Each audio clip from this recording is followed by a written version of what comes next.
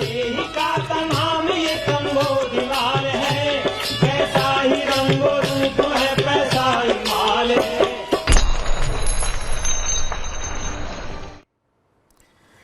नमस्कार, मैं हूं शुभम शंकधर। आप देख रहे हैं मनी 9 और अब स्वागत है आपका बजट स्पेशल मनी सेंट्रल में।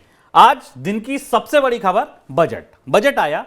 45 लाख करोड़ रुपए का बजट सरकार ने रखा। पिछली बार से केवल 7-7.5% ज्यादा का बजट। यह बजट क्या बताता है? यह बजट बताता है कि सरकार के पास संसाधन बहुत नहीं थे। सरकार के पास क्योंकि संसाधन नहीं थे, इसलिए सरकार दोनों हाथों से कुछ लुटा नहीं पाई। उम्मीदें बहुत थीं। टैक्स पेयर के लिए कुछ मिलेगा, 80C में कुछ हो जाएगा, छोटे उद्योगों को कुछ मिलेगा, किसान भी उम्मीद लगाए बैठे थे, स्टार्टअप वाले, स्टूडेंट, युवा, सबकी बहुत बहुत उम्मीदें थीं। ई श्रम पोर्टल पे कुछ आ जाएगा। हमने बहुत सारी चर्चाएं सुनी, बहुत सारी उम्मीदें देखी, बहुत सारे अरमानों की चिट्ठियां सुनी, लेकिन सरकार उतना कर नहीं पाई। कर इसलिए नहीं पाई क्योंकि संसाधन नहीं थे। लेकिन इन संसाधनों के अभाव में दरअसल सरकार की उन बड़ी घोषणाओं का क्या हुआ, योजनाओं का क्या हुआ, जिन पर अब तक ताली पीटी जाती थी। आज मनी सेंट्रल में हम बजट को अब अंदर से टटोलेंगे। बजट के आंकड़ों में हाथ डालकर यह खंगालने की कोशिश करेंगे कि बड़ी स्कीमों में, बड़े आंकड़ों में आखिर छुपा क्या है। सबसे पहले आपको आज बजट की 3 सबसे बड़ी घोषणाएं बताते हैं। आज बजट की सबसे बड़ी घोषणा थी इनकम टैक्स से जुड़ी। न्यू टैक्स रिजीम जो 2020 में आई, उसमें सरकार ने राहत दी। 7 लाख रुपए तक अगर आप कमाते हैं तो अब आपको कोई टैक्स नहीं देना है। लेकिन 7 लाख 1 रुपए होते ही आप पर स्लैब लागू हो जाएगा। 3 लाख रुपए तक वहां इनकम आपकी फ्री रह जाएगी। इसके अलावा 50,000 की स्टैंडर्ड डिडक्शन, 52,500 की अगर आप एग्जैक्ट समझे स्टैंडर्ड डिडक्शन आई। इसका मतलब अब सरकार ये चाहती है कि भाई आप नई स्कीम में ही आ जाइए, क्योंकि पुरानी स्कीम में तो कोई राहत दी नहीं गई। ना 80C में कोई राहत दी गई, ना 80D में कोई राहत दी गई। सारी चर्चाएं रह गई, बजट में ऐसा कुछ नहीं निकला। हम इनकम टैक्स पे सरकार क्या चाहती है, ये भी अंशुमान जी से समझेंगे। बड़ी योजनाओं का क्या हश्र हुआ, क्या हाल हुआ, क्या उनमें अब आगे उम्मीद है, और वो अर्थव्यवस्था की, गांव की, शहर की, रोजगार की, मांग की कैसी तस्वीर दिखाती है, ये समझेंगे। लेकिन बजट के अलावा शायद आप तक गूंज पहुंची नहीं पहुंची, ध्वनि पहुंची नहीं पहुंची, एक खबर और बड़ी थी। वो खबर बड़ी थी अदानी से जुड़ी। गौतम अदानी समूह की कंपनियां दरअसल एक बहुत गहरे तूफान में फंस गई हैं, बहुत गहरे संकट में फंस गई। क्या वो संकट है, इस पर भी हम विस्तार से चर्चा करेंगे। और 1-2 ऑफशूट बजट के ही हैं, गोल्ड से जुड़ा, बाजार से जुड़ा, उन पर चर्चा होगी। शुरुआत बजट की चर्चा के साथ। सर, सबसे पहला सवाल मेरा आपसे यही है कि बजट में जो उम्मीद थी कि सरकार बड़ी स्कीमों में कुछ राहत देगी, बड़ी स्कीमों से मैं अगर शुरुआत करूं तो प्रधानमंत्री किसान सम्मान निधि में योजना में था कि भाई 6,000 से बढ़कर 8,000 राहत हो सकती है, वहां उदासी हाथ लगी। और स्कीमों का क्या हाल है? शुभम, बजट के इस आज के प्रमुख और खास शो में मनी सेंट्रल में आपका स्वागत है। पूरे दिन से हम बजट पर अलग अलग तथ्य और जानकारियां लेकर आपके सामने आ रहे हैं, पर यह शो इसलिए बहुत महत्वपूर्ण है क्योंकि यहां तक आते आते बजट का सिरा दूसरी तरफ चला जाता है और हमारे सामने आकर भारतीय शेयर बाजार में अनोखी और अभूतपूर्व गिरावट दिखाई देती है। अडानी के स्टॉक्स में बड़ी तेज गिरावट दिखाई देती है और कुछ ऐसा तूफान बना दोपहर में 3 बजे के बाद कि उसने पूरे बजट की चर्चा को दूसरी तरफ मोड़ दिया। हम आपको वहां ले चलेंगे और ये जानने की कोशिश करेंगे कि अडानी की कहानी कौन सी सुनामी में फंस गई है और उसे जानने की कोशिश करेंगे। लेकिन पहले देखें कि बजट में क्या नहीं हुआ जो होना चाहिए था और उसकी वजह क्या थी। शुभम ने जिक्र किया बड़ी स्कीमों का। आप चौंक गए होंगे इस पूरे बजट भाषण को सुनकर। अगर आपने पूरा बजट भाषण सुना होगा, छोटा बजट भाषण था। बजट भाषणों की परंपरा में, पूरी पिछली परंपरा में थोड़ा कम समय का बजट भाषण था। इसमें आपने प्रधानमंत्री किसान सम्मान निधि का जिक्र नहीं सुना, आयुष्मान भारत का जिक्र नहीं सुना, मनरेगा का जिक्र नहीं सुना, ग्रामीण सड़क योजना का जिक्र नहीं सुना, जल जीवन मिशन का जिक्र नहीं सुना। ये वो स्कीमें थी जिनसे पिछले 7-8 साल के बजट के भाषण भरे हुए थे और इस हर स्कीम का जिक्र आने पर संसद में तालियां बजती थी और मेजें थपथपाई जाती थी। तो ऐसा क्या हुआ, अब आप देखिए कि बजट के भीतर ये ऐसा बजट क्यों है। और पहली बार शुभम, बजटों के इतने समय के इतिहास में पहली बार एक ऐसा बजट हमें दिखाई दे रहा है जिस बजट में सरकार ने चाहते हुए भी या ना चाहते हुए भी कुछ भी नहीं किया है। यथास्थितिवाद का, ये स्टेटस को का इतना बेहतर उदाहरण कोई नहीं हो सकता। सरकार ने ऐसा क्यों किया, इस पर हम शुभम के साथ बाद में चर्चा करेंगे कि आखिर सरकार की मजबूरी क्या थी ऐसा करने की। हालांकि अगर आप हमारे बजट के कवरेज को पिछले 2 दिन से फॉलो कर रहे हैं तो हमने आपको सबसे पहले बताया था कि अगले साल सरकार के पास कमाई का टोटा रहने वाला है 2024 में, और इसलिए बजट में कुछ बड़ी उम्मीदें मत लगाइए। अब बड़ी स्कीम देखिए, प्रधानमंत्री ग्रामीण रोजगार योजना, जिसको हम मनरेगा कहते हैं, शुभम उसका बजट घटा दिया गया बढ़ाने के बजाय। नंबर देखिए, 2022-23 में सरकार ने इस स्कीम को 72,000 करोड़ रुपए दिए थे। खर्च किया इस साल 89,400 करोड़ रुपए। और आपको याद होगा कि संसद में अनुदान मांगे जब पेश की गई थी संसद के शीतकालीन सत्र में, तब मनरेगा के लिए अलग पैसा लिया गया था। अब उसका बजट घटाकर 73,000 करोड़ से 60,000 करोड़ कर दिया गया। और ये स्थिति तब है जब सरकार ये मान रही है कि मनरेगा में रोजगार की मांग में कोई कमी नहीं आई है। लगातार रोजगार की मांग, अभी भी जब अर्थव्यवस्था खुल गई कोविड के बाद, तब भी मांग में बढ़ोतरी बनी हुई है। और यह भी बात तथ्य संगत है कि भारत में मनरेगा में जितना रोजगार दिया जाना होता है 180 दिनों का, 35 से 40 दिन का रोजगार बन रहा है। अब सरकार ने अगर मनरेगा का बजट बढ़ाया है तो इसकी 2 वजहें दिखती हैं। घटाया है सरकार ने, क्षमा करें, सरकार ने अगर मनरेगा का बजट घटाया है तो इसकी 2 वजहें दिखती हैं। पहली वजह ये कि सरकार का कोई लग रहा है कि अर्थव्यवस्था में रिकवरी आ गई है, अब गाँव में रोजगारों की जरूरत नहीं है इस स्कीम के लिए। और दूसरा ये कि बहुत हो गया, मनरेगा के साथ अब ग्रामीण रोजगार में इतना पैसा खर्च नहीं किया जा सकता, कुछ और करने की जरूरत है। पर वो कुछ और क्या है वो बजट में नहीं किया गया। लेकिन पहली बार लंबी अवधि के बाद ग्रामीण रोजगार की फ्लैगशिप स्कीम में, सबसे बड़ी स्कीम के बजट में अगर आप 2022-23 के अनुमान के हिसाब से देखें तो 13,000 करोड़ रुपए की कटौती होती है। और अगर आप इस साल हुए खर्च की तुलना में देखें तो ये कटौती करीब 30,000 करोड़ की कटौती। 30,000 करोड़ रुपए का बजट मनरेगा का काट दिया गया। यानी इस साल सरकार ने जितना खर्च किया था उससे 30,000 करोड़ रुपए अगले साल कम खर्च करेगी। ये हुई पहली स्कीम की कहानी। आप सोच के देखिए कि जो अनुमान लगाया था 73,000 करोड़, वो तो हो गया 90,000 करोड़, और सरकार कह रही है कि हम उस अनुमान से भी पीछे हो जाएंगे। सर, एक छोटा सा बस एक यहाँ पे मेरा एड ऑन क्वेश्चन है, वो ये, क्या कैपेक्स में जो 33% का उछाल आया है उसके डॉट यहाँ से तो नहीं जुड़ते हैं? कैपेक्स में 33% का उछाल इससे पहले भी था। कैपेक्स में बढ़ोतरी लगातार सरकार कर रही है, लेकिन ये वो स्कीमें हैं, ये फ्लैगशिप स्कीमें हैं जो सरकार के सामाजिक सुरक्षा कार्यक्रम की व्यवस्था का हिस्सा थी। अगर आप एक कहें कि सरकार ने मनरेगा का बजट काटकर कैपेक्स में लगा दिया है या वहां पैसा देने के कारण ग्रामीण इलाकों में रोजगार की संभावना दिखाई देगी, तो इसका एक काउंटर नैरेटिव भी है, इसका एक दूसरा पहलू भी है। सरकार तो कैपेक्स लगातार बढ़ा रही है पिछले 4-5 साल से, पर हमने बाजार में फिर मनरेगा का बजट क्यों बढ़ रहा था? एक दूसरी चीज, हमने रोजगारों में बढ़ोतरी देखी नहीं। ग्रामीण इलाकों में बेरोजगारी के दर 8% से ऊपर है, शहरी इलाकों में भी 8 से 9% के आसपास बनी हुई है। और जबकि मनरेगा आज से, और बड़ा दिलचस्प चीज है शुभम, समझिए, मनरेगा का बजट कभी शेयर बाजारों के लिए ताली का सबब होता था, क्योंकि शेयर बाजार के विशेषज्ञ मानते थे कि रूरल इकोनॉमी में डिमांड पुल करने के लिए मनरेगा से बड़ी कोई चीज नहीं। इसमें पैसा बढ़ा देती थी सरकार, डायरेक्ट बेनिफिट ट्रांसफर में पैसा बढ़ा देती थी और लगता था कि ग्रामीण इलाके से मांग आ जाएगी।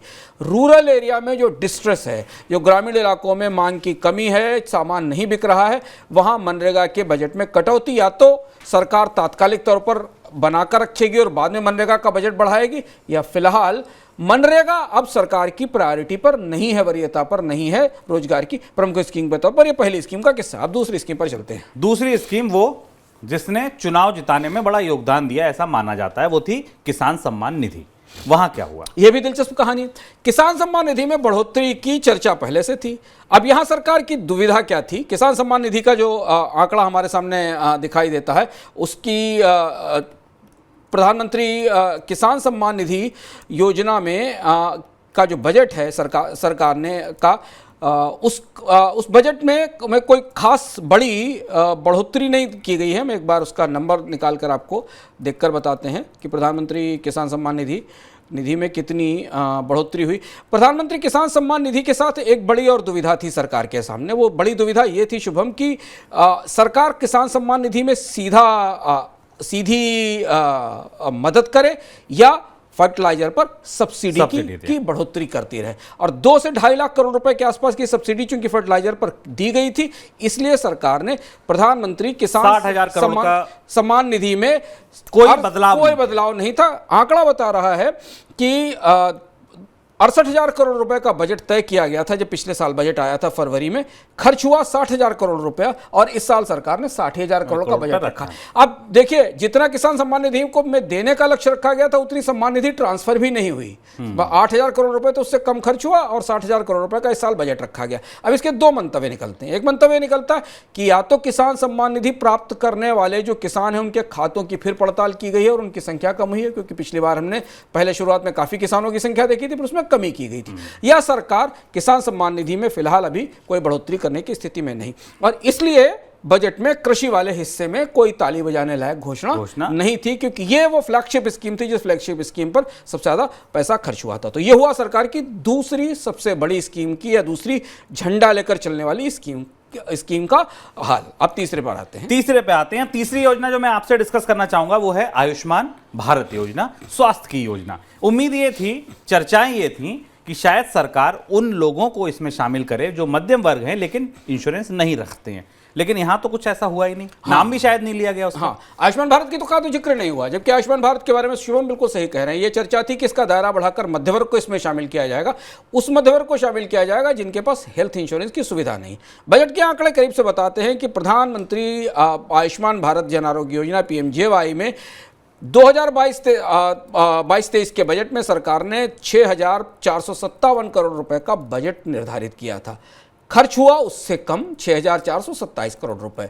इस साल के बजट में मामूली उसे बढ़ाकर 7,200 करोड़ रुपए किया गया। यानी आयुष्मान भारत स्कीम में फिलहाल सरकार इस साल कोई बड़ा फेरबदल, कोई बड़ा बदलाव करने नहीं जा रही है। यथास्थिति में, स्टेटस को में चलने वाली स्कीम रहेगी। ये थी तीसरी हेल्थ सेक्टर की फ्लैगशिप स्कीम। हम आपको फिर बताते हैं, रोजगार की दृष्टि से मनरेगा सरकार की सबसे बड़ी स्कीम थी। किसानों को सीधी मदद देने के नाम पर के आधार पर भारत सरकार की सबसे बड़ी स्कीम किसान सम्मान निधि थी, जिसे लगातार जिसके पैसे ट्रांसफर किए जाते थे अकाउंट में और उसके कार्यक्रम भी होते थे। और हेल्थ सेक्टर में सरकार की जो सबसे बड़ी अम्ब्रेला स्कीम थी वो आयुष्मान भारत जन आरोग्य स्कीम थी। तीनों में बजट में कोई बड़ी बढ़ोतरी नहीं, दो में तो कटौती हुई है। चलिए अब उस स्कीम की बात कर लेते हैं जहां बढ़ोतरी हुई है। यह स्कीम है प्रधानमंत्री आवास योजना। अनुमान था मनी सेंट्रल के, अगर आप नियमित दर्शक हैं तो आपको बताया था कि प्रधानमंत्री आवास योजना में शायद सरकार कुछ बजट बढ़ा सकती है। क्या मंशा है इसके पीछे? यही एक पूरे बजट का सबसे बड़ा पहलू है, जो एक ही केंद्रीय स्कीम है जिसके ऊपर सरकार की ज्यादा कृपा दिखती है। और यहां पर बजट में बड़ी बढ़ोतरी, 48,000 करोड़ रुपए का बजट था इस साल के बजट में, जो फरवरी में आया, पिछले साल फरवरी में आया था। खर्च उससे काफ़ी ज़्यादा हुआ, करीब 77,000 करोड़ रुपए खर्च हुए और 79,950 करोड़ रुपए का बजट रखा गया है। सरकार को 4 करोड़ मकान बनाकर 2022 तक देने थे, अब उन्हें बढ़ाकर 2024 किया गया।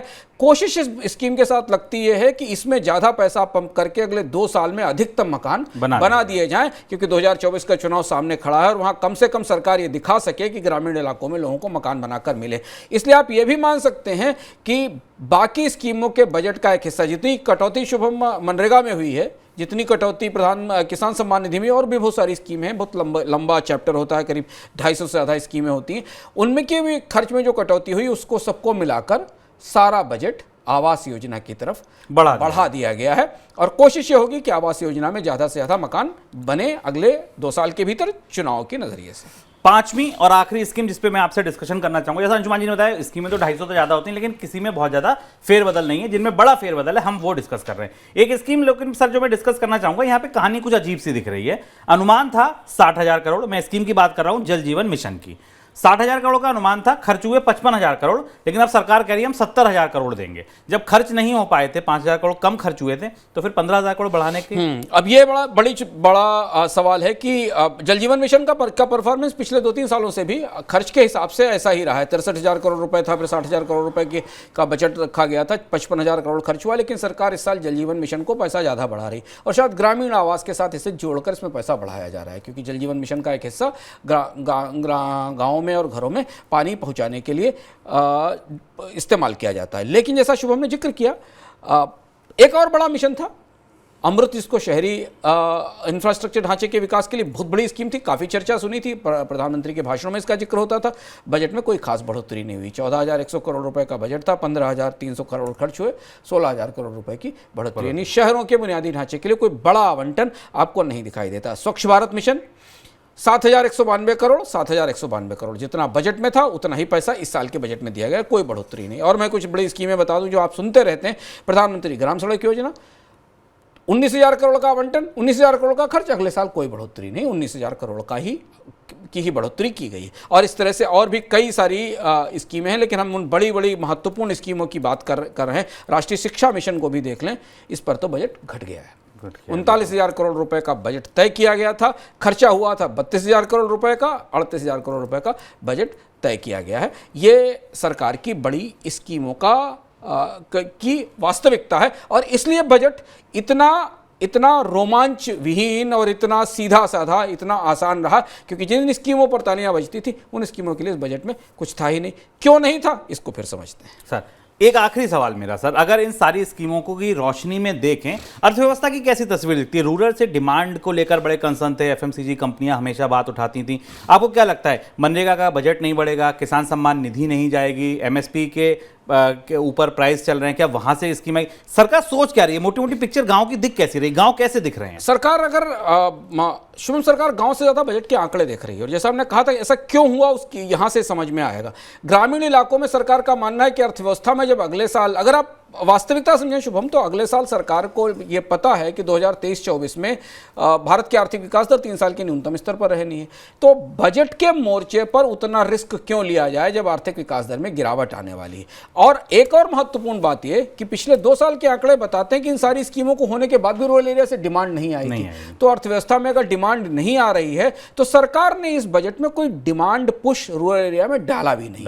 ये यथास्थिति में छोड़ा है कि अब अपने तरह से परिस्थितियां बनना शुरू होंगी और तब उसके बाद मांग आनी शुरू होगी। तो इसलिए अगर आप ग्रामीण अर्थव्यवस्था की तरफ से इस बजट को देखना चाहते हैं, और यदि आप निवेशक हैं स्टॉक मार्केट में या आप किसी कारोबार में हैं, तो ग्रामीण अर्थव्यवस्था से बड़ी मांग आने की उम्मीद इस बजट से बनती नहीं दिखाई देती। क्योंकि ग्रामीण अर्थव्यवस्था में जो भी पैसा जाता है, जो भी बजट जाता था, जिन डायरेक्ट स्कीमों के जरिए, उनके बजट में कोई बढ़ोतरी नहीं की गई। और ऐसा इसलिए नहीं हुआ क्योंकि सरकार को कि अगले साल की गणित इस साल की गणित से ज्यादा पेचीदा और मुश्किल है। सर, अब आज दिन का बजट का सबसे बड़ा सवाल, जिसके बाद मैं बजट कवरेज खत्म करूंगा, सरकार इनकम टैक्स में क्या चाहती है? चीजें बड़ी उलझी हुई इसलिए दिखी क्योंकि अब तक जो ज्यादा लोग हैं जिस स्कीम में, वो है पुरानी टैक्स रिजीम, जिन्होंने होम लोन ले रखा है, जो लाइफ इंश्योरेंस खरीद रखा है, जिनके बच्चे स्कूलों में पढ़ते हैं, जिनकी फीस है, जो नौकरी पेशा हैं, जिनके अकाउंट से पीएफ कटता है, वो सब तो पुरानी स्कीम के चहेते थे, उसी को चाहते थे। नई स्कीम आई, उन लोगों के लिए माना गया कि ये स्कीम है जो नए नए अभी ज्वाइन कर रहे हैं, इसमें कोई रिबेट नहीं थी, हालांकि स्लैब ज़्यादा थी। आप सरकार ने जितने भी छूट दी हैं वो दी हैं नई स्कीम में, तो क्या पुरानी वालों को सरकार भूल गई? हाँ शुभम, इस दूसरे वाले सवाल पर चलें, क्योंकि आज का सबसे बड़ा सवाल है और पूरे दिन अलग अलग जगह इस पर काफ़ी चर्चा हुई और काफ़ी कन्फ्यूज़न रहा। हालांकि अगर आप मनी 9 देख रहे हैं तो हमने आपको सबसे पहले सही बताया था कि वास्तविकता क्या हुई थी और पूरा हिसाब भी आपको बता चुके हैं। वो वीडियो मनी 9 की टाइमलाइन पे उपलब्ध है कि जो मौजूदा टैक्स रिजीम है, जो नई टैक्स रिजीम है, जो नई नहीं रही, वो भी 2 साल पुरानी स्कीम है, रिजीम है, उसमें इनकम टैक्स का क्या होता है। पर यहाँ एक और चीज़ का हम जिक्र करें तो हम टैक्स की तरफ चलें शुभम। एक और महत्वपूर्ण स्कीम थी जिसकी काफ़ी चर्चा थी, वो भी चुनाव जिताऊ स्कीम मानी गई थी, उज्ज्वला। उसका भी अगर आप बजट देखें तो ना तो उसके बजट में कोई बढ़ोतरी हुई है। सरकार ने सब्सिडी के पूरे ढांचे को भी अब सीमित कर दिया और 2 बड़ी स्कीमें सब्सिडी की दृष्टि से बजट में उभरती हैं, चमकती हैं। एक खाद्यान्न सब्सिडी जिसमें 80 करोड़ लोगों को मुफ्त अनाज दिया जा रहा है, और दूसरी फर्टिलाइजर सब्सिडी। 2 सब्सिडी के अलावा यहाँ तक कि उज्ज्वला या पेट्रोल या सस्ते सिलेंडर देने पर भी कोई बड़ी बढ़ोतरी इस बजट में नहीं दिखाई देती। अब ये सवाल कि सरकार इनकम टैक्स में चाहती क्या, ये आज का सबसे बड़ा सवाल है। दरअसल ये इस बजट का क्या, पिछले 2-3 साल का सबसे बड़ा सवाल है।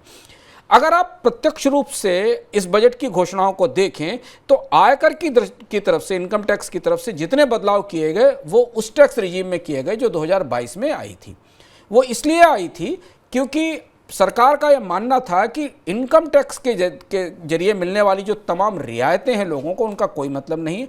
टैक्स की दर कम रखी जाए और लोगों को सीधे इनकम टैक्स देने के लिए प्रेरित किया जाए। तो जब ये नई टैक्स रिजीम आई थी शुभम, तो 75 के आसपास रियायतें थी जिन्हें बंद कर दिया गया था, और उन्हें बंद करने के बाद उन्हें इस स्कीम में लोगों को प्रेरित किया गया था। स्कीम चली नहीं, स्कीम को बहुत लोकप्रियता नहीं मिली। उसकी वजह यह है कि सरकार भारत का जो इनकम टैक्स का ढांचा था वो बचतों के प्रोत्साहन पर केंद्रित था। यहाँ ये था कि जितना बचतों को प्रोत्साहन देते थे उतना ही सरकार, उतना ही लोग इनकम टैक्स की प्रक्रिया में आगे आते थे। दूसरी चीज़ ये थी कि इनकम टैक्स को भारत में लोगों को मकान खरीदने के लायक बनाने का भी टूल इस्तेमाल के तौर पर इस्तेमाल किया गया कि अगर आपको अपने सर पे छत चाहिए तो आप लोन लीजिए और लोन पर जो आप ब्याज देंगे उस ब्याज पर आपको टैक्स में रियायत मिलेगी। करीब 4 लाख रुपए के आसपास की रियायतें पुरानी या मौजूदा टैक्स स्कीम में मिलती थी और इसलिए सबसे ज़्यादा करदाता उस स्कीम में। अब यहाँ एक दुविधा दिखती है। वैसे सरकार चाहती क्या है, ये बात तो इस बजट से स्पष्ट हो गई। बाद में सरकारी अधिकारियों ने भी, वित्त मंत्रालय के अधिकारियों ने भी कहा कि धीमे धीमे सरकारें चाहेगी कि सारे लोग नई टैक्स स्कीम में आ जाएं। नई टैक्स स्कीम में जो बदलाव हुए उनमें एक बड़ा बदलाव ये था कि उसमें 7 लाख रुपए तक की रिबेट दे दी गई। रिबेट इनकम टैक्स की भाषा में है कि अगर आपकी 7 लाख रुपए तक की आय है तो कोई टैक्स नहीं लगेगा, लेकिन अगर 7 लाख रुपए से ऊपर है तो आप स्लैब के बाजार में पहुंच जाएंगे और वहां आपका हिसाब स्लैब के हिसाब से होगा, जो स्लैब नया स्लैब इस बजट में प्रस्तावित किया गया, जिसमें स्लैब की संख्या 7 से घटाकर 5 कर दी गई है और 0% से लेकर 20% तक का जो अलग अलग स्लैब बनाया गया है। पर इसमें 2 और दिलचस्प बदलाव हुए। एक बदलाव यह हुआ कि स्टैंडर्ड डिडक्शन शामिल हो गया नई स्कीम में, जो नई स्कीम के पुराने संस्करण में 2020 के संस्करण में शामिल नहीं था, जो वेतनभोगी कर्मचारियों को अतिरिक्त सुविधा मिलती है। इसके अलावा फैमिली पेंशन पर मिलने वाली रियायत भी इसमें शामिल कर दी गई नई टैक्स रिजीम में। और एक और महत्वपूर्ण काम यह हुआ कि नई टैक्स रिजीम में जो अधिकतम आय वाले लोग थे उन पर सरचार्ज सहित टैक्स का जो बोझ था उसे भी कम कर दिया गया। अधिकतम आय से मतलब 2 करोड़ रुपए से ऊपर की आय वाले लोग, और उनके ऊपर जो इफेक्टिव टैक्स रेट थी शुभम, वो शायद 42%, 42.7% के आसपास थी, उसे घटाकर, सरचार्ज घटाकर उसे 39% कर दिया गया। यानी आप ये देखें कि जिस मकान में सबसे ज्यादा लोग रह रहे थे, अगर आप माने कि भारत में इनकम टैक्स के 2 मकान हैं, एक ऐसा मकान है जिस मकान में लोग कम किराए पर रहते हैं पर वहां सरकार ज़्यादा सुविधाएं देती है और लोगों को तमाम सुविधाओं पर पैसा खर्च नहीं करना पड़ता। एक दूसरा मकान है जहां सरकार कह रही है किराया कम लेंगे लेकिन सुविधाएं आप खुद जुटाओगे अपने आप, एसी, पंखा, बिजली आप लगाओगे, आप जानो अपना, आप किराया हमसे कम लो और इस मकान में आओ। तो इस वाले मकान में इनकम टैक्स के दूसरे हिस्से में ये जो वैकल्पिक स्कीम थी उस स्कीम में सुविधाएं बढ़ाई गई हैं और कोशिश की गई है, संकेत दिया गया है कि अब छोड़िए पुरानी स्कीम का चक्कर और नई स्कीम में आई है। पर वो छोड़ना इतना आसान नहीं होगा, नहीं, क्योंकि आप लोन ले रखा है, अगर आपने बचतें कर रखी हैं तो ये दुविधा बराबर बनी हुई थी और ये दुविधा इसके आज के बाद और ज़्यादा बढ़ जाएगी।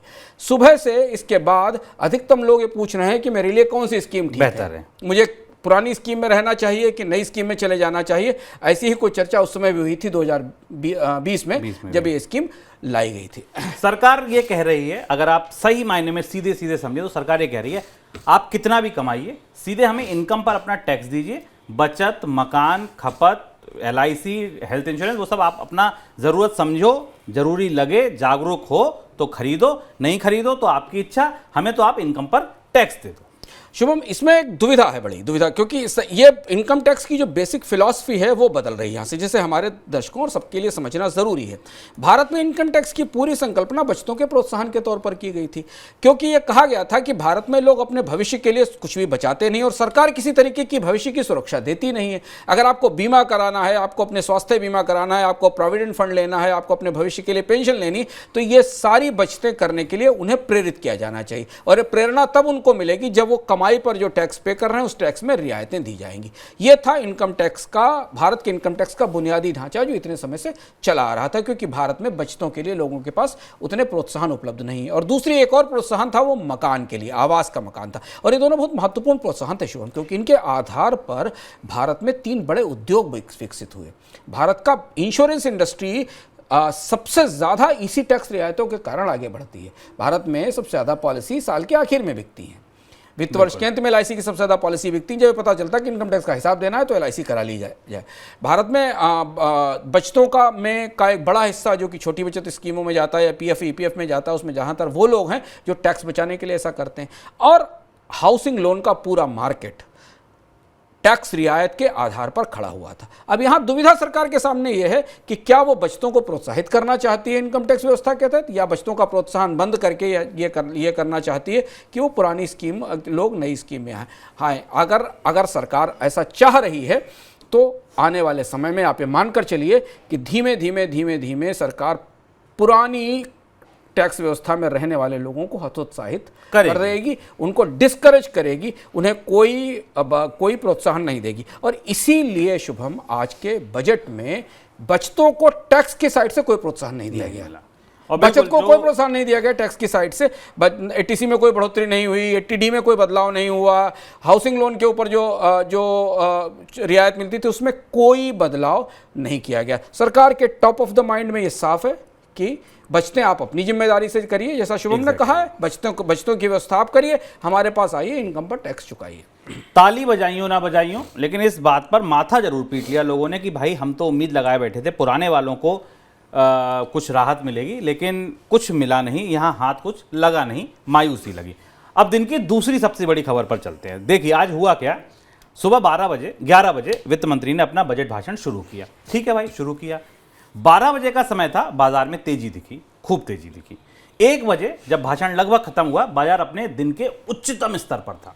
सबको लगा बाजार ने बजट को सलामी दी, लेकिन सलामी का हाथ नीचे आया उससे पहले वो टॉप था बाजार का, और वहां से बाजार ऐसे कूदा जैसे कोई 4-5 मंजिल के ऊपर से आदमी कूदता है नीचे जमीन पर। क्यों कूदा? उसके पीछे वजह थी अदानी समूह। अदानी समूह पर एक रिपोर्ट और आ गई, हिडन वर्क की रिपोर्ट के बारे में तो हमने आपको बताया था। मैं अपनी बात आगे बढ़ाऊं उससे पहले आप लोगों का शुक्रिया कर दूं सर, आज हमारे लोगों को यूट्यूब पर 1300 से ज़्यादा लोग इस समय लाइव देख रहे हैं। ये अब तक का नया उच्चतम स्तर है हमारा भी, जैसे आज बाजार ने बनाया। फिर क्या हुआ कि बुधवार को बजट में भारतीय शेयर बाजार में उछाल देखा जा रहा था। जैसे ही क्रेडिट स्विस की तरफ से ये कहा गया कि उसने हिडन वर्क की रिपोर्ट के बाद अदानी ग्रुप के बॉन्ड को लेना बंद कर दिया है, वैसे ही शेयर बाजार में बिकवाली बढ़ी। अदानी खुद तो डूबे, अपने समूह के स्टॉक को लेकर डूबे, बाजार को भी लेकर डूबे। दिन के ऊपरी स्तर से सेंसेक्स 1959 पॉइंट लुढ़क गया। सोचिए 2000 पॉइंट सेंसेक्स लुढ़क गया, जो 1000 पॉइंट ऊपर था। क्रेडिट स्विस की रिपोर्ट के बाद अदानी ग्रुप की कंपनियों में भारी गिरावट देखने को मिली। अदानी एंटरप्राइजेस का शेयर एक समय 32% टूट गया। शेयर ने 1942 रुपए का निचला स्तर छुआ। सोचिए 3200 रुपए पे जिस शेयर का एफपीओ आया हो वो शेयर 1900 रुपए में आ गया, 2000 से भी नीचे आ गया। किसी शेयर की एफपीओ के अगले दिन की ये स्थिति होगी, मैं 10-12 साल से जर्नलिज्म कर रहा हूं, मैंने नहीं देखा। सर अब शुरुआत करते हैं अदानी के एपिसोड की, जो दिन की दूसरी सबसे बड़ी खबर थी। सबसे पहले तो आप यही बताइए, मैं नहीं पढ़ पाया, क्रेडिट स्विस की रिपोर्ट में कहा क्या गया? बाजार के लिए और पूरे शेयर बाजार के लिए यह घटनाक्रम बेहद अनोखा था और बड़ा अप्रत्याशित था। हालांकि जब वित्त मंत्री अपने बजट भाषण को पढ़ रही थी शुभम, और बजट भाषण को पढ़ते पढ़ते करीब 1 घंटा हुआ था, तब अडानी के शेयरों में एकदम बाजार में गिरावट आना शुरू हुई थी। हालांकि उसका असर सेंसेक्स पर तब नहीं दिखाई दिया था। अब जहां अडानी के शेयर या अडानी समूह जिस तूफान में फंसा है, वो तूफान हिंडनबर्ग की रिपोर्ट से ज़्यादा बड़ा और ज़्यादा खतरनाक दिखाई दे रहा है। उसको हम गहराई से भीतर से समझते हैं। पर एक बजट की घोषणा और बताते चलें, जिस पर हम बाद में बात करेंगे। याद रखिएगा शुभम, हम लोगों को बचतों के बारे में और बताएंगे अंत में कि बचत पर बजट में क्या किया गया अलग से, इनकम टैक्स से अलग बचत पर कुछ प्रोत्साहन आए। क्रेडिट स्विस ने यह कहा कि अडानी समूह के बॉन्ड्स को वो जमानत के तौर पर स्वीकार नहीं करेगा, यानी उन बॉन्ड्स की वैल्यू अब 0 मान ली गई। भारत की स्टार कंपनी, जो भारत की सबसे बड़ी, जिसकी 10 कंपनियां लिस्टेड हैं, भारत में इंफ्रास्ट्रक्चर की सबसे बड़ी कंपनी, उसको स्विट्जरलैंड के बैंक के वेल्थ डिवीज़न ने यह साबित कर दिया कि वो अडानी पोर्ट्स और क्या special economic zone, Adani green energy, Adani electricity, इन सारे बड़ी कंपनियों के बॉन्ड्स की कोई वैल्यू नहीं मानती। यानी इनका बॉन्ड खरीद कर अगर कोई बैंक के पास जाकर कर्ज लेना चाहेगा तो इससे उसको स्वीकार नहीं करेंगे। ऐसा अभूतपूर्व कदम भारत में किसी कंपनी के साथ नहीं हुआ, और उसका नतीजा ये हुआ कि अडानी समूह की साख ऐसा लगा जैसे कि एकदम 7वें आसमान से नीचे आ गई बाजार में।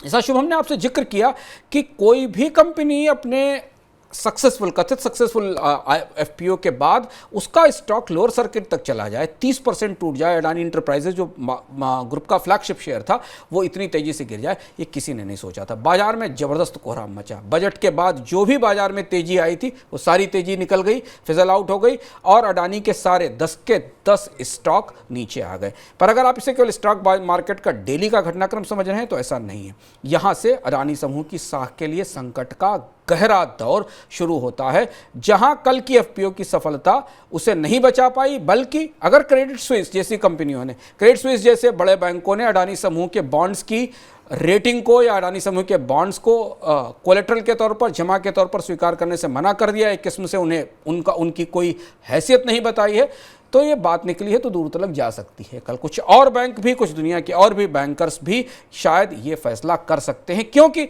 बॉन्ड्स का लेन देन आमतौर पर बैंकों के बीच में ही होता है। और अगर एक बैंक किसी बॉन्ड को क्रेडिट देने लायक या जमानत देने लायक नहीं मानता है तो दूसरे बैंक उसकी पूंछ पकड़कर आगे बढ़ेंगे। और इसलिए अडानी के लिए यह बहुत गहरा संकट है जो आज बजट की छाया में अचानक निकलकर सामने आ गया। सर अच्छा चलिए, मानिए अदानी के लिए तो बुरी खबर आई, कहा गया आपके शेयर पे, वो आपके बॉन्ड पे हम पैसा नहीं देंगे। बैंकों को क्या हुआ? बैंकिंग शेयर अचानक टूटने लगे। ये आज बाजार में कुछ अनोखा हुआ। बाजार में एक तरफ सुर्खियां दौड़ रही थी इनकम टैक्स को लेकर कि इनकम टैक्स के पेंच को हम कैसे समझें, दूसरी तरफ भारत के सरकारी बैंकों में ऐसी बिकवाली हुई पतझड़ की तरह शेयर गिरना शुरू हुए। एक तरफ से अगर हम लाल और हरे शब्दों का प्रयोग इसलिए करते हैं कि स्टॉक मार्केट में गिरने वाले शेयरों को लाल से दिखाया जाता है। हम जिस समय बजट के इनकम टैक्स के कानून को और वित्त विधेयक के पेंच खोलने की कोशिश कर रहे थे, उस समय शेयर बाजार के निवेशक बजट भूलकर बैंकों के, भारतीय सरकारी बैंकों के स्टॉक बेच रहे थे। एक तरफ से भारत में सारे प्रमुख सरकारी बैंकों के स्टॉक्स में भयानक बिकवाली आई। निफ्टी का पीएसयू बैंक इंडेक्स करीब 10%, 9.4% टूट गया। उसकी वजह यह कि अब जिन भी बैंकों ने अडानी समूह को कर्ज दे रखा है उनके लिए इससे बड़ी खतरे की घंटी कोई नहीं है, क्योंकि अडानी समूह के बॉन्ड, उसकी साख और रेटिंग पर सवाल उठा है। एक बड़े अंतर्राष्ट्रीय बैंक ने उन बॉन्ड्स की हैसियत ही खत्म कर दी है, उन्हें जीरो मान लिया है। तो इसलिए भारतीय बैंकों के पैर लड़खड़ाना स्वाभाविक है। बैंकों के पैर भले ही ना लड़खड़ाए हों, बैंक भले ही पिछले 5-6 दिन से आश्वस्त कर रहे हों, आपने सुना होगा एसबीआई ने कहा कि हमारा बहुत एक्सपोजर नहीं है, एलआईसी ने कहा हमारा बहुत एक्सपोजर नहीं है, लेकिन अब इसके बाद निवेशकों का भरोसा उन बैंकों में भी लड़खड़ा गया जिन बैंकों ने अडानी को कर्ज दे रखा था। और इसलिए अडानी समूह के इस फैसले के बाद state bank of India, bank of Baroda, Canara bank, Punjab national bank, union bank, Indian overseas bank 5 से 10% तक टूट गए आज बाजार में। इन बैंकों के साथ और कोई समस्या नहीं थी, बजट ने इनकी कोई भी गणित नहीं बिगाड़ी थी। अब यहां से इसका उत्तर कथा समझते हैं। अब यहां से कल के बाद, परसों के बाद लगातार इन बैंकों पर इस बात का दबाव रहेगा कि वो अडानी समूह से बार बार पूछें, अडानी समूह के एक्सपोजर पर सवाल उठेंगे और यह दबाव हमें शेयर बाजार में आने वाले 2-3 दिनों में और गहराता दिखाई देगा, क्योंकि परिस्थितियां थोड़ी ज़्यादा जटिल हो चुकी हैं बाजार में अडानी समूह के स्टॉक्स के लिए। सर इस समय 2100 लोग आपको यूट्यूब पर सुन रहे हैं।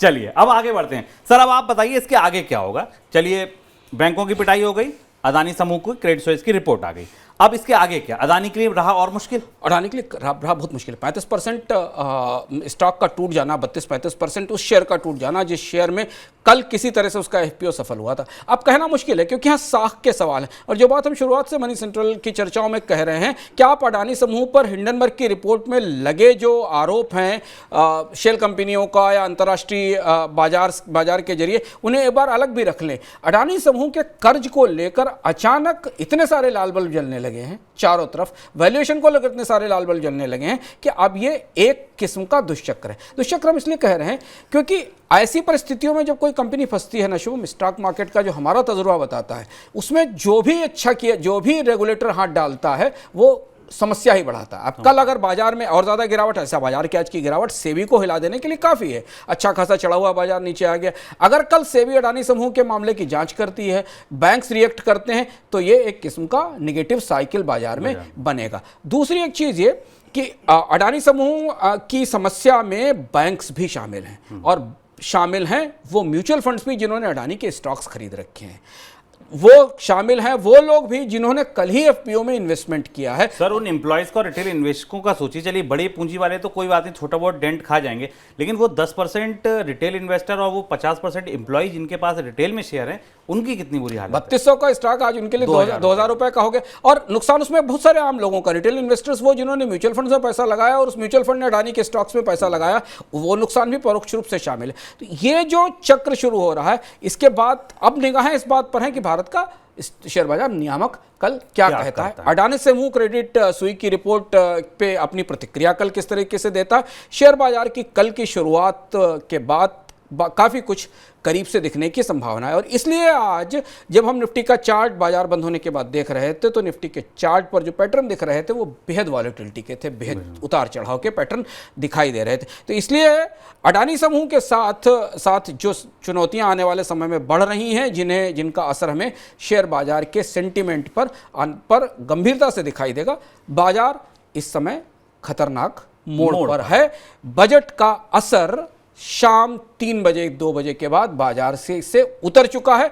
बाजार को अब अडानी समूह में आगे क्या होगा, कौन सा बैंक कल डिस्क्रेडिट करेगा, किस बैंक में क्या संकट होगा, अडानी समूह से ज़्यादा निगाहें लोगों की बैंकिंग स्टॉक्स पर और भारत के सरकारी बैंकों के स्टॉक्स पर रहेंगी। हम आपके साथ रहेंगे कल भी।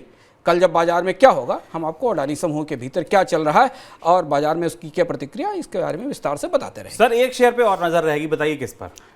LIC पर, क्योंकि उनका भी एक पैर अदानी के स्टॉक्स में फंसा है। आज LIC भी सर 8% 6,000 करोड़ के आसपास का लॉस LIC को हुआ है। LIC अभी तक का आप अगर बाजार में देखिए, अब LIC के स्टॉक में गिरावट के बाद बहुत सारे लोगों को LIC ने लगातार 3-4 दिन की गिरावट में अपने आप को किसी तरह से बचा के रखा था और ये कहते रहते कि हमारा एक्सपोजर बड़ा नहीं है। लेकिन LIC एक और महत्वपूर्ण स्टॉक है जिसमें गिरावट दिखाई दे रही है। तो कल आप निगाह रखिए शेयर बाजार के में बैंकों की तरफ से, अडानी समूह की तरफ से, और किस तरह से भारत के नियामक शायद चुप नहीं बैठ पाएंगे। हमने सेबी को प्रत्यक्ष रूप से इस पूरे घटनाक्रम में हिंडनबर्ग की रिपोर्ट, उसके बाद अडानी के FPO की मुश्किलें, फिर उसके बाद अडानी का जवाब, फिर हिंडनबर्ग का जवाब, इस सारे पिंग पोंग में भारत के इसके रेगुलेटर्स को इंटर होते नहीं देखा था। लेकिन अब आज की स्थिति में जब निवेशक इस तरह से पैसा गंवा रहे हैं शेयर बाजार में, इस स्थिति में निवेशकों का पैसा डूब रहा है, सीधे निवेश करने वाले भी और परोक्ष रूप से निवेश करने वाले, इतना नुकसान जब उनको हो रहा है तो फिर सेबी शायद चुप होकर नहीं बैठ सकता। सेबी को कुछ ना कुछ बोलना चाहिए, ये बताना चाहिए। चलिए अब बढ़ते हैं अदानी से आगे। और आज जब बाजार टूट रहा था, जब बाजार में बिकवाली हावी थी, तो भारत के सर्राफा बाजार में बोली बढ़ रही थी सोने की। सोना लगातार चमक रहा था। क्यों चमक रहा था? क्योंकि इस बार के बजट में टैक्स ढांचे में बड़ा बदलाव हुआ है। बदलाव के बाद गोल्ड पर आयात शुल्क भले 15% बरकरार रहा हो, लेकिन चांदी के ऊपर आयात शुल्क बढ़ गया। सरकार ने गोल्ड पर बेसिक कस्टम ड्यूटी को 12.5% से घटाकर 10% कर दिया और एग्रीकल्चर और इंफ्रास्ट्रक्चर सेस को 2.5% से बढ़ाकर 5% कर दिया। देखिए, सेस को अंशुमान जी कहते हैं कि सबसे खराब तरीके के टैक्स होते हैं। ये टैक्स पर टैक्स लगते हैं और सेस ऑडिट में नहीं आते हैं। इनका सरकार जब जो चाहे मन चाहे इस्तेमाल कर सकती है। तो हुआ क्या कि गोल्ड आयात पर पहले की तरह 15% टैक्स लगेगा, लेकिन चांदी के आयात पर बेसिक कस्टम ड्यूटी को 7.5% से बढ़ाकर 10% कर दिया गया और चांदी पर भी एग्रीकल्चर और इंफ्रास्ट्रक्चर सेस को 2.5% से बढ़ाकर 5% कर दिया गया। चांदी पर पहले करीब 1% सोशल वेलफेयर टैक्स लगता था, 0.75, अगर आप एग्जैक्ट समझें तो इतना लगता था। चांदी के आयात पर टैक्स पहले 10.75% से बढ़कर 15% पहुंच गया है। टैक्स में ये बदलाव गुरुवार से लागू होने जा रहे हैं और बजट भले अगले साल का था, लेकिन ये बदलाव गुरुवार से लागू। इसकी वजह से बुधवार को गोल्ड की कीमतें 58,000 रुपए के करीब पहुंच गई, 57,950 रुपए। ये अब तक का सबसे ऊंचा स्तर है, नई रिकॉर्ड ऊंचाई है। जैसे आज मनी 9 के दर्शकों ने एक नया रिकॉर्ड छुआ है, ऐसे ही सोने की कीमतों ने आज बाजार में नया रिकॉर्ड छुआ। चांदी का भाव भी आज 70,000 रुपए तक पहुंच गया। सर, सोने चांदी की कीमतों पर आपकी प्रतिक्रिया? सोना आज सोने की वजह से नहीं, सोना चांदी की वजह से बढ़ा। और बाजार में जब वित्त मंत्री ने बजट में इस बात की घोषणा की कि वो चांदी से जुड़े हुए उत्पादों पर, चांदी के बार्स और आर्टिकल्स पर टैक्स की दरों को, इंपोर्ट ड्यूटी की दरों को सोने और प्लेटिनम के साथ अलाइन कर रहे हैं, तो इसका असर सोने की कीमतों पर दिखाई दिया। विस्तार से शुभम ने आपको बताया कि सोने की कीमतें किस तरह से रिकॉर्ड ऊंचाई पर पहुंची। और इसके साथ अमेरिका में एक ब्याज दरों में बढ़ोतरी की संभावना, फेड की मीटिंग और बहुत सारे जो अन्य दबाव थे वो सोने की कीमतों में बढ़ोतरी का दबाव बनाए हुए थे। लेकिन एक महत्वपूर्ण टैक्स का जो बदलाव था ढांचे में, चांदी में खासतौर से जो बदलाव था, उसने पूरे बास्केट को, पूरा जो प्रेशियस मेटल का या महंगी धातुओं का बास्केट है, उसमें तेजी की। और सोना चूंकि उसका लीडर है, तो सोने की कीमतों में रिकॉर्ड तेजी दिखाई दी है। सर, चलते चलते आप बचत वाले लोगों के लिए कुछ टिप्पणी करना चाहते थे? अगर हम बचत की बात नहीं करेंगे तो इस बजट में एक हिस्सा छूट जाएगा और इसलिए बचत पर सरकार ने इनकम टैक्स के दिशा से कोई प्रोत्साहन भले ही ना दिया हो, वित्त मंत्री भले ही आपको ये समझाने की कोशिश कर रही हो कि बचतों की व्यवस्था के लिए टैक्स रियायत की जरूरत नहीं है, पर बचतों पर 2-3 छोटे छोटे उपाय जरूर किए गए, पर उपाय महत्वपूर्ण है और जानना हमारे लिए जरूरी है। 3 बड़े फैसले बचत में के तौर पर इस बजट में आए शुभम। एक, महिलाओं के लिए एक विशेष जमा स्कीम लाई गई, सेविंग स्कीम, महिला सम्मान सेविंग्स स्कीम लाई गई, जिसमें 2 लाख रुपए तक आप जमा कर सकते हैं। 7.5% तक का ब्याज पर निर्धारित रूप से मिलेगा, जो सरकार के 10 साल की बॉन्ड यील्ड के आसपास है। अगर ब्याज दरें कम भी हो जाती तब भी 2 साल तक सरकार उस पर 7.5% का ब्याज देती रहेगी। दूसरा, जो डाकघर की मंथली इनकम स्कीम है, जिसमें आप मासिक रूप से जमा करके आय लेते हैं, उसमें बचत की सीमा बढ़ा दी गई। आप ज़्यादा बचत कर सकते हैं, 2 गुनी तक सीमा कर दी गई। और तीसरा, सीनियर सिटीजन्स के लिए जो बचत की स्कीम थी, उस बचत की स्कीम में भी सीमा बढ़ा दी गई। अब यहाँ एक चीज चलते चलते ध्यान रखिएगा कि सीनियर सिटीजन्स के लिए प्रधानमंत्री वय वंदना योजना की को बढ़ाने का इंतजार किया जा रहा है। क्या सरकार इस साल के अंत में यानी मार्च के अंत में प्रधानमंत्री वय वंदना योजना को बढ़ाएगी या उसे बंद कर देगी? अगर उसे बंद कर देगी तो सीनियर सिटीजन्स या बुजुर्गों को अपनी पेंशन पर जो एक अतिरिक्त प्रोत्साहन वाली ब्याज राशि मिल रही है, वो मिलना बंद हो जाएगी। देखना होगा, क्योंकि ये फैसला उसके बाद आएगा। तो बचतों की दृष्टि से ये बजट थोड़ा खट्टा थोड़ा मीठा ज़रूर है, थोड़ा तक कहीं प्रोत्साहन बचत के लिए है, पर बचत के लिए उतना बड़ा प्रोत्साहन नहीं है। और एक और दिलचस्प बात जानते चलिए इस बजट में कि सरकार इस साल 15 लाख करोड़ रुपए के आसपास का कर्ज लेगी। 15 लाख करोड़ रुपए का कर्ज 17 लाख करोड़ का कर्ज लेगी, और 17 लाख करोड़ रुपए के कर्ज में 5 लाख करोड़ रुपए का कर्ज आपकी छोटी बचतों के जरिए लिया जाएगा। 12 लाख करोड़ रुपए का कर्ज बाजार से लिया जाएगा। बजट के भीतर कुछ और भी आंकड़े हैं। बजट सरकार का इंटरेस्ट पेमेंट कितना है, सरकार अगले साल कर्ज को कितनी चुकाएगी, इस पर हम मनी सेंट्रल के अगले संस्करणों में चर्चा करके आपको कुछ और दिलचस्प चीजें लेकर आएंगे। पर यह रहा मोदी सरकार का आखिरी बजट इस कार्यकाल का। अगला बजट आएगा जुलाई में।